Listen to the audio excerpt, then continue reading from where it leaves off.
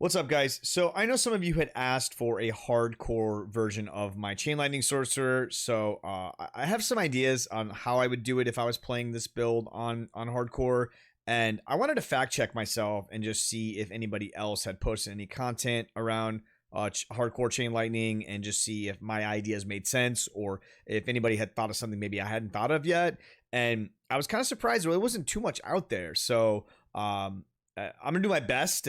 I'm kind of shooting from the hip here, but I'm doing my best to give you guys something that is going to deal the damage that we know sorcerers can do and they need to do in order to clear things effectively, while also trying to keep you alive. So we'll jump into it. Let's go.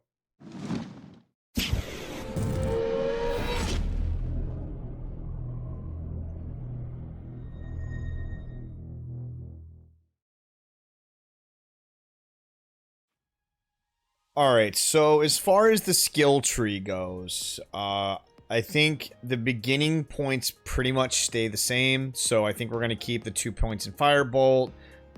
We're going to probably take these 3 points out of Frozen Orb because we really want to have the Flame Shield enchantment for hardcore, just to have that extra get out of jail free card. So I think what we probably do is we take these 3 points out of Frozen Orb, and then we go charge bolts down to destructive charge bolts, just to get a bit more damage reduction whenever we use invigorating currents. All of this stuff stays the same, so 1 point in devastation, 3 points in elemental dominance, maxing out chain lightning, none of that really changes. We would take all points out of glass cannon, and we want to make sure we wouldn't have any points of glass cannon in our gear. So I think probably what we do here is we probably go up to Shimmering Flame Shield to get some healing on the Flame Shield as well, just to keep us a little bit safer. And then I don't think we can use Lightning Spear either in the hardcore version. So I think we probably take the 3 points out of here, and then we probably go back to running Ice Armor, and then we maybe we even go into Shimmering Ice Armor. Or Mystical Ice Armor, or we could potentially put those 2 points in Icy Veil just to have longer lasting shields. I don't think any of this other stuff stays the same or changes rather. I think the only other thing you could maybe consider would be instead of putting the points here, maybe we put some points in Elemental Attunement to get a higher chance and getting a reset on our defensive cooldowns. We could also look to put some points in Align the Elements, just to get that damage reduction up quicker. So that's another option. I kind of like going here to the Shimmering Flame Shield, and then going maybe keeping this here, and then just going 3 points in Icy Veil. I think that's pretty good. I like that setup because once we get into the Paragon board, we are going to be running the Icefall glyph, the legendary glyph, or legendary node, excuse me.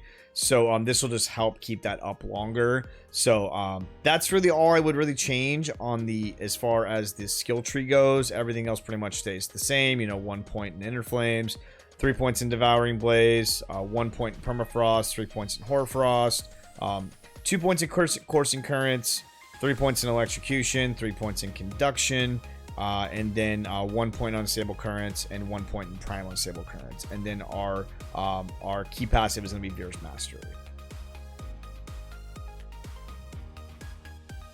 Alright, so as far as our enchantment slots go, we got to stick with Firebolt because that's pretty much on every sorcerer build. There's just too much synergy with burning, so we definitely want to keep the Firebolt. I think for our second enchantment, we probably go with Fire Shield, or Flame Shield, excuse me. That just gives us an extra get out of jail free card. There's so much BS things that happen in this game, like CC locks, and just I've literally had times where I've been going into a Helltide and walking out of town, and a meteor's literally just hit me, like in one shot of me, like just leaving town, and no chance to react to it. So having this on our bar, it's gonna just stop those just random freak things happening, and allows us to just essentially revive for free every 2 minutes. So that's what I think we do for our enchantment slots. All right, so as far as our gear goes, not really too much I think is gonna really change from the standard setup opposed to hardcore. The main things the affixes we want to look for is max life, max mana, armor, and then all stats. We want our helmet. Disobedience is what I'm running on my helm. We probably want to run another. I would highly recommend not using raiment in a hardcore setup, because even like one rank of glass cannon I think is just too much to mess with. So I would replace this with something that has like a heavy emphasis on defense. So like damage reduction from burning, damage reduction from crowd controlled, extra life, percentage armor, anything like that. I would primarily have defensive affixes on it, and then some other defensive aspects. So we could run like with protector, we could run ever living, really any other defensive aspect is what we want to run there, just to help keep us alive. Gloves, same thing, ranks of chain lightning, lightning crit or crit chance to restore mana, and critical strike chance, all really good affixes. I have unbroken tether on my gloves, but you can put it somewhere else if you want to put it somewhere else. Pants, I would recommend running Gear's Mastery here, and then damage reduction from close. That is a really high roll, so that's one that you would want to try to get on there. Damage reduction from burning, damage reduction from crowd controlled. I have dodge chance on mine currently. I have not been able to reroll these. I think the reroll right now is like 6 million or something. So I just said F it and kept the dodge chance. I mean, it's not terrible. I wish it was something different, but dodge chance is okay if you can't get something else. But you want to have primarily defensive aspects. As far as our boots, the boots can be kind of a flex spot. If you want to, you can run Isus, you could run Penitent Greaves, you could also run just a regular, pair of rare boots, and then put Exploiters, or you can put Exploiters on there. You can put Aspect of Shared Misery. You can even put Audacity on there if you wanted to.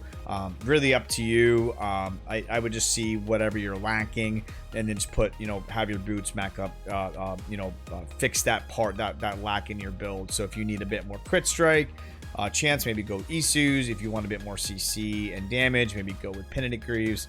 Kind of up to you how you want to handle that. For our weapon, you can choose to run a wand here if you want to. I still think dagger is really good, because you're basically getting 50% damage increase to close enemies. The way I would play this build in hardcore, I would essentially jump in and out. So I wouldn't just stay in melee range. I would teleport in, Frost Nova, and then kite back, and then just kind of rinse and repeat that way. That's how I would play this build in hardcore. Amulet, we definitely want to have some sort of defensive aspect on our amulet. I have Ever Living here, but you could also put Disobedience here, and then put Ever Living in your helm. Really, we want to have some sort of defensive aspect, whichever one you like better.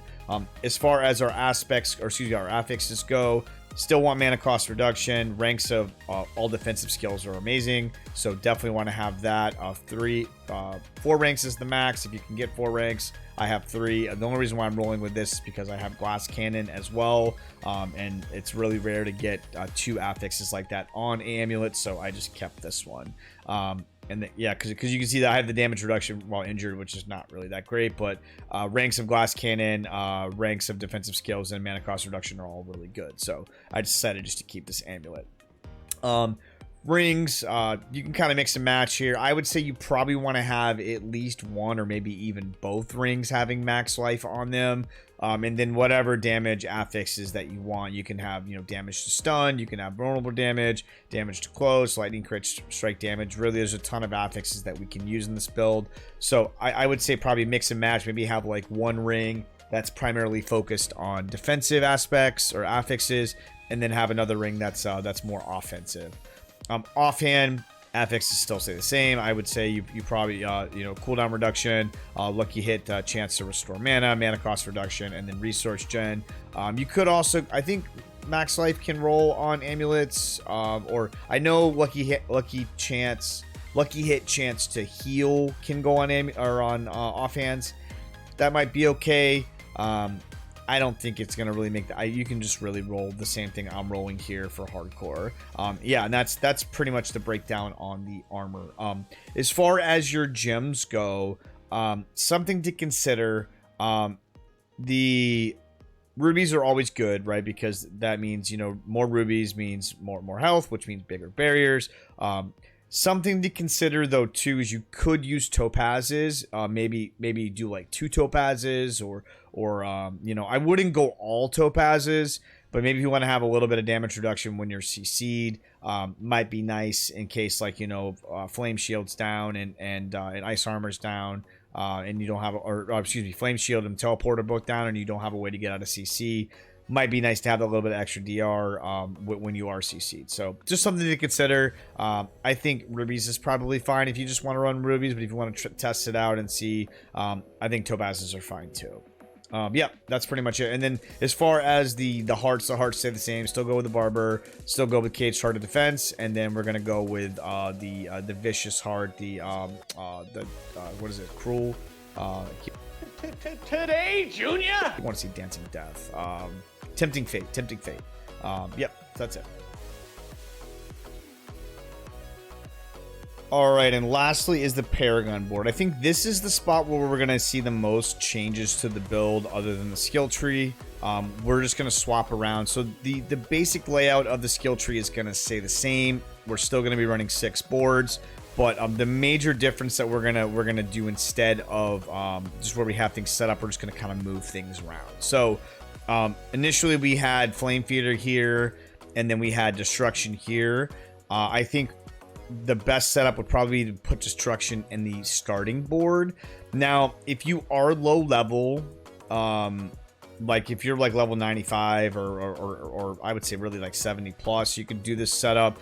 If you're like 50 to, I would say probably like 70-ish, you probably don't want to do this because you're going to get kind of diminishing returns from running Destruction in your starting board.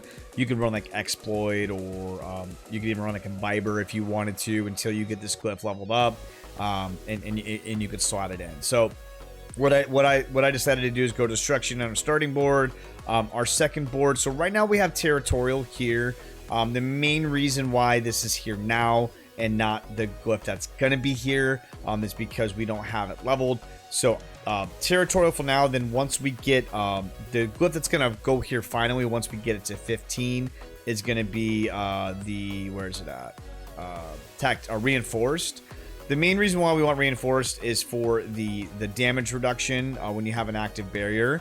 And we are going to be taking Icefall, so we're going to pretty much always have a barrier. And we're also going to be taking Icy Veil, so we're just going to have a perma barrier. And so just having that extra 15% damage reduction is going to be huge. So we want to put that where to go? Reinforced, where to go? I just lost it. Reinforced. And the other reason why we want this here is because it gives 25% bonus to all rare nodes in the range.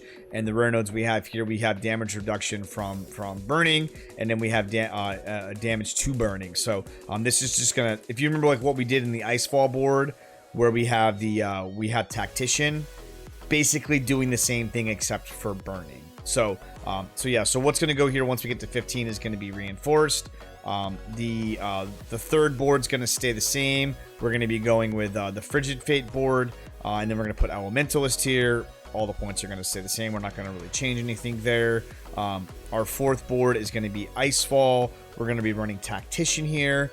All the points here are going to stay the same. We're also going to path down and grab the Icefall Legendary node. That's going to give us just a ton more survivability. Really, really good. So we're going to grab that.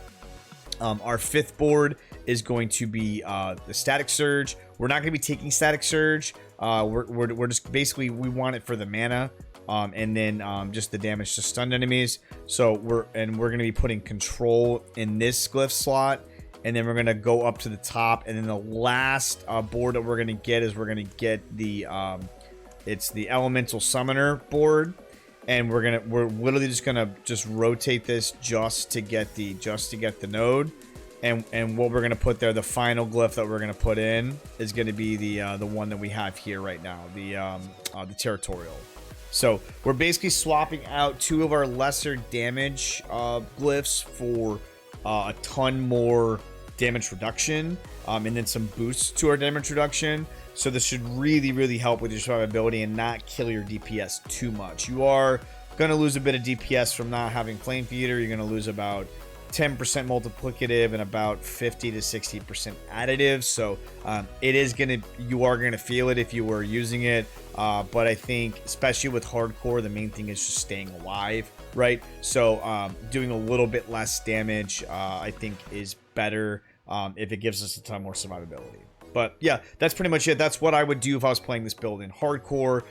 If you guys liked the video, please make sure you hit that subscribe button and hit the little bell to let you know when we upload new content. I'm live on Twitch Monday, Wednesday, Friday at 9 p.m. Eastern time. So hope to see you guys there. You guys have a great night.